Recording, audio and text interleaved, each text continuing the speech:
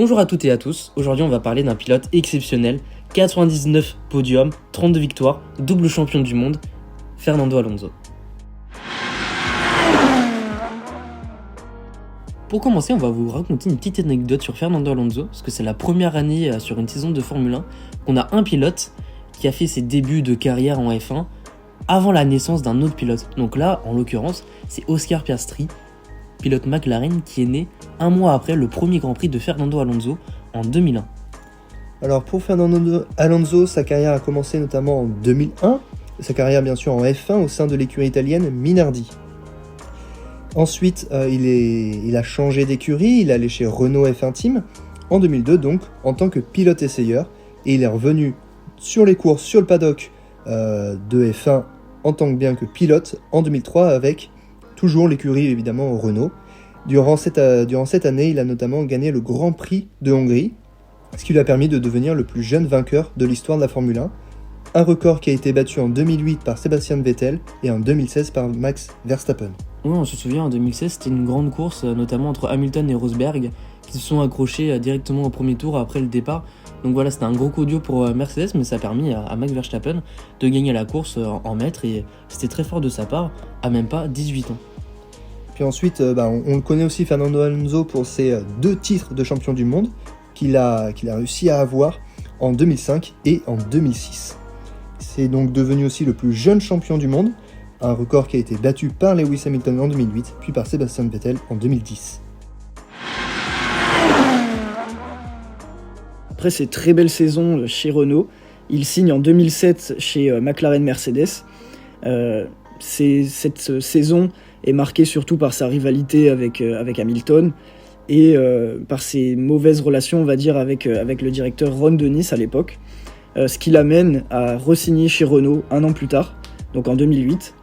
Et après 2 saisons chez Renault qui ne sont pas très bien passées, en effet il a eu seulement 2 victoires en 2 ans, il signe chez Ferrari et c'est ici qu'il va reprendre un peu du poil de la bête, comme on dit. Il va réussir à revenir un peu dans les points, et il va même se battre avec Sebastian Vettel qui est un peu son grand rival depuis toujours.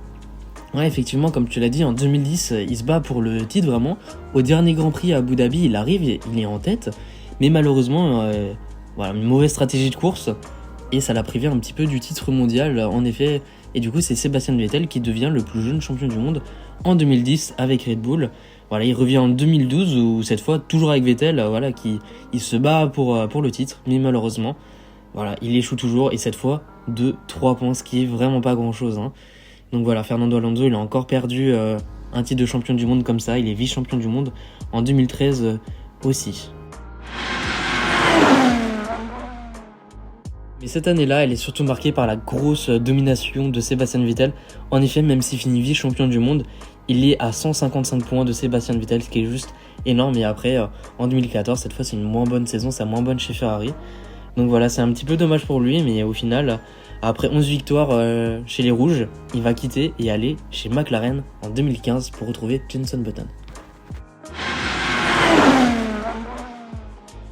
Durant son année de 2015, donc chez McLaren avec Jenson Button, cette année a été très difficile pour lui, puisque il a fini la saison avec seulement 11 points, qui est son score le plus mauvais depuis ses débuts. Et ça va être la même chose en 2016, qui sera une année qui est très peu satisfaisante. Pourquoi ? Parce qu'il devient 2 fois 5e, et un meilleur tour en une seule course, sur l'année, je veux bien dire, et 54 points au championnat. Donc ce qui reste quand même, pour Fernando Alonso, des scores qui sont très bas. Oui, c'est vrai que chez McLaren, ça a été plutôt compliqué pour lui. Ces saisons-là ont été surtout marquées par un très gros crash avec Grosjean. En effet, Alonso est arrivé derrière, il a déboîté un peu tard, ce qui lui a valu un très très gros accident. Ce qui peut nous rappeler aussi son crash, son accident avec Stroll en 2022. Ça dénote aussi un style de conduite très agressif. Après, c'est aussi pour ça que on peut remarquer Alonso et que c'est un très bon pilote. Mais c'est vrai que, en tout cas, chez McLaren, ça s'était pas très bien passé. Oui, Alonso, il a plutôt une mentalité de bagarreur, de vainqueur, ce qu'il a voulu en 2017 avoir la triple couronne. Donc la triple couronne, qu'est-ce que c'est ? C'est le fait de gagner le Grand Prix de Monaco, les 500 miles d'Indianapolis et les 24 heures du Mans. Donc c'est 3 courses très prestigieuses, voilà. C'est un petit peu plein d'histoires. Et le seul pilote qui a réussi à gagner ces 3 courses, c'est Graham Hill. C'est vraiment le seul dans toute l'histoire de la Formule 1. Donc il a tenté, il a échoué les 500 miles d'Indianapolis, ce qui est dommage parce qu'il était en tête de course. Mais voilà, à quelques tours de l'arrivée, il a dû abandonner.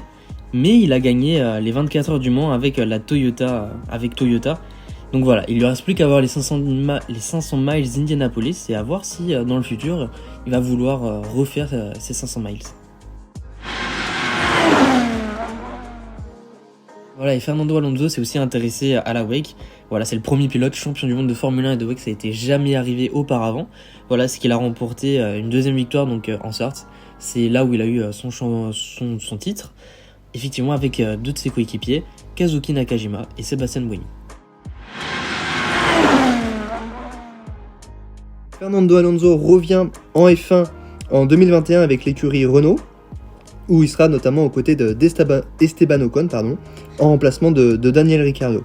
Après, par contre, on connaît aussi sur l'année 2021 et 2022 les petits hic qui a été fait entre Alonso et Alpine.